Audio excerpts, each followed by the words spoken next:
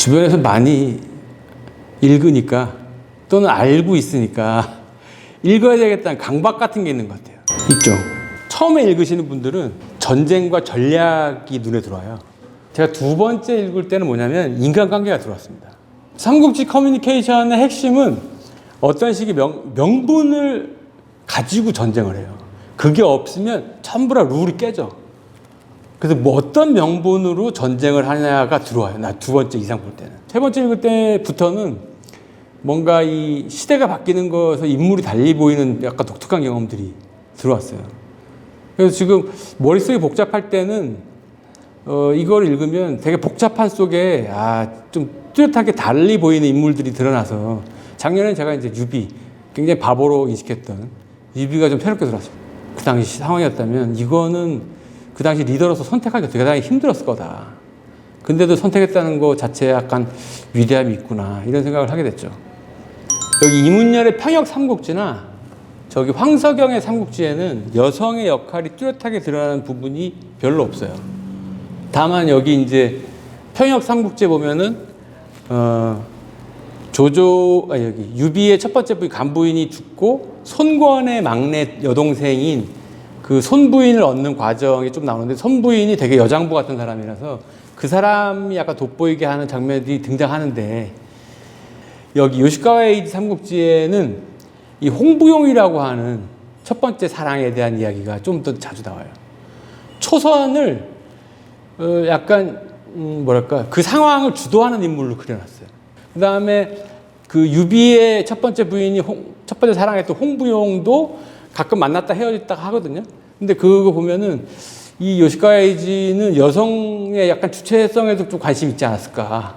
이 쓰여진 시기를 보십시오. 1939년대, 40년대 이 시대에도 요시카와 에이지가 그런 식의 관점을 가질 수가 있었다는 게 놀라움이 좀 있어요. 그러니까 여성주의 관점이 조금은 들어간 게 요시카와 에이지 판이다. 이제 그 유비, 관우, 장비부터 조조 싹 다 죽고 난 다음에 제갈공명인 남만 정벌이라고 하는 부분이 나와요. 그게 지금의 이제 베트남 지역 정도인데 그걸 할 때 7종 7금이라고 해서 7번 잡고 7번 놓아주는 그러니까 마음으로 이렇게 복종하게 하는 그 장면이 나오거든요. 그때 맹획의 부인이 거의 굉장한 장수로 나오죠. 근데 그런 거 말고는 없고 이 시대적 배경이 무려 1800년 전이니까 여성이 역사적 주체로 서술되기에는 굉장히 좀 이른 시기가 아니었을까 이런 생각을 그냥 해봅니다. 좋아하는 인물은 관우 좋아합니다. 관우 아주 좋아하거나 그 권위적인 캐릭터 말고 황석영의 삼국지를 읽을 때 관우가 죽는 장면을 읽으면 눈물이 많이 나와요. 관우라는 캐릭터가 얼마나 굉장히 강렬한 캐릭터였냐면 손권이 그 목을 벤 다음에 후한이 두려워가지고 그 목을 조조한테 보내. 유비 쪽에서 오면 야 우리 조조 쪽에 시켜서 우리가 한 거야 이 얘기를 하려고. 조조도 우리 받아놓고 우리가 안 시켰어 이러려고 제사를 아주 후하게 지내. 목은 있는데 여기 지금 몸을 이렇게 목각으로 잘 만들어가지고 제사를 지내죠. 그래서 목하고 몸하고 따로 제사를. 지금도 따로 있다 그래요. 관우가 죽는 장면이 삼국 전체에서 가장 슬픈 장면 중에 하나 들어가요. 국가마다 조금씩 다르다 그래요. 일본 사람 설문조사에 물어본 결과를 찾아봤는데 미국 사람들 있죠? 미국 애들이 제일 좋아하는 캐릭터 누굴 것 같아요? 조조 제일 좋아한다 그래요. 중국은 관우. 일본 제갈공명. 근데 삼국지라고 하는 거에 뭐 사자성어만 단순히 나오는 게 아니고 그게 지금의 정치 현상에 빗댈 만한 거의 모든 현상이 다 들어가 있어요. 전쟁이라고 하는 잔인한 현실만이 있는 게 아니고 저 때는 그래서 조조의 인물을 이제 재평가하는 작업들이 중국 안에서도 꽤 많았는데 그때는 조조가 너무 잔인해서 그런 게 아니고 그때는 원래 사람들이 많이 죽었다. 그게 뭐 꼭 전쟁 아니라도 굶어서도 많이 죽고 오래 못 살던 시대니까 너무 조조 나무라지 마라. 똑똑한 사람이고 백성을 위해서 제도나 조금 많이 애썼다. 실제로 그런 경우도 많으니까 기록상. 그거는 되게 흥미롭게도 그 당시의 역사적 상황하고 관련돼 있어요. 그 명나라에서 관우의 사당을 지으라고 한 게 그 공교롭게 동묘가 그 당시 종묘 사직의 종묘의 끝에가 동대문 쪽이었는데 거기에서 지었거든요. 그러니까 이제 정통 그 조선의 왕실 안에는 못 들어가지만 그 근처에다가 굉장히 동급의 사당을 지은 거죠. 근데 왜 그건 관우냐? 관우라고 하는 상징성은 어디에 있냐면 충에 있어요. 충. 복종. 명나라가 우리나라한테만 그런 게 아니고 명나라 안에 또 수십 개를 줘요. 관우의 사당을. 충 강조하는 거죠. 그 이데올로기가 뭐랑 똑같냐면 60년에 4.19하고 61년도에 5.16 쿠데타를 한 다음에 그 해부터 이순신을 띄워. 이데올로기에 맞게 충성을 강조하기 때문에 삼국지에 등장한 인물 중에 3절로 알고 있는 게 지절 또는 지혜의 절대자로 이제 그 제갈공명을 띄우고 충절이 저길 거예요. 관우. 그 다음에 이제 간절이 조조. 관성대제라고 해도 성인까지 올라간 사람이 관우가 하나예요. 근데 그건 다 국가 이데올로기와 관계 있어요. 싱가포르도 있고 다. 동남아권에는 다. 그 캐릭터가 국가가 운영할 때 가장 국민들이 본받았을 만한 캐릭터가 딱 관우인 거죠. 네. 그렇죠. 기본적으로 인물의 차이도 있고 유비의 정치 행위가 기본적으로 가치지향적이었다는 거죠. 그러니까 백성들이 없는 국가 통치라는 거는 의미가 없다는 생각에 깔고 있어요. 유비의 정치관이.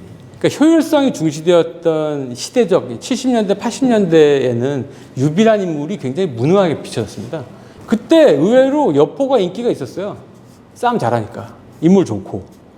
여포는 게임에서도 보면 캐릭터 무력은 최고로 나옵니다. 예.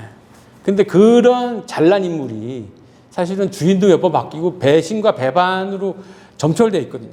물질이 주어지는 방향대로 흘러갔다는 건데 뭐 안이 없다는 거죠.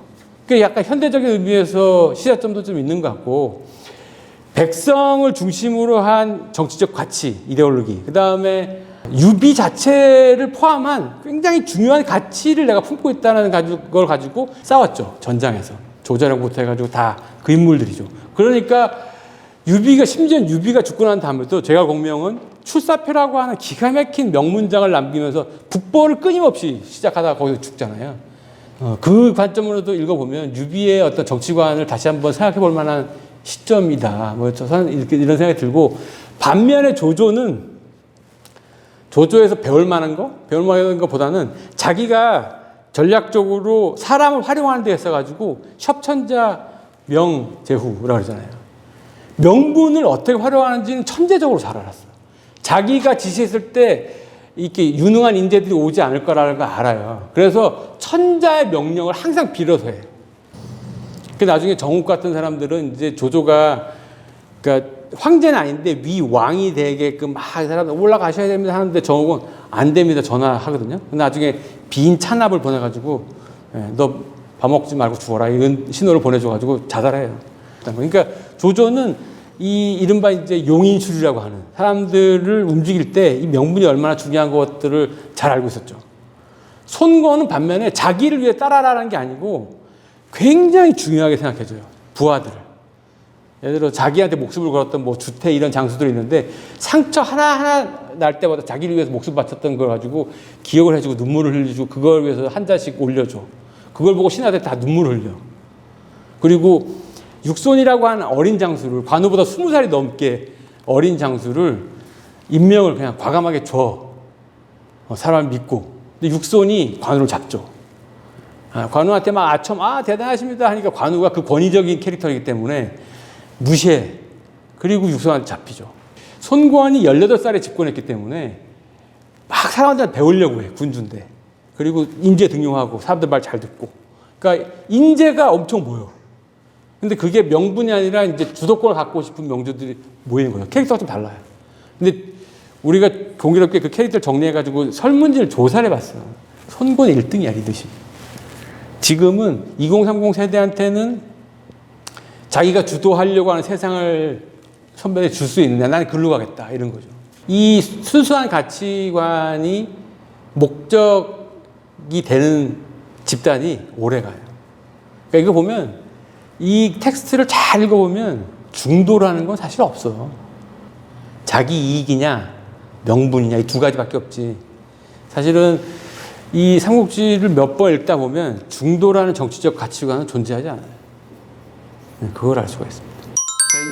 뭐 이제 삼국지를 한번 시도해 보실 만한 용기가 생기셨습니까? 네. 오늘 한번 들으시고 뭐 한 번은 읽어볼 만한 인생에 한 번쯤은 삼국지를 접하실 기회를 가지셨으면 좋겠습니다. 감사합니다.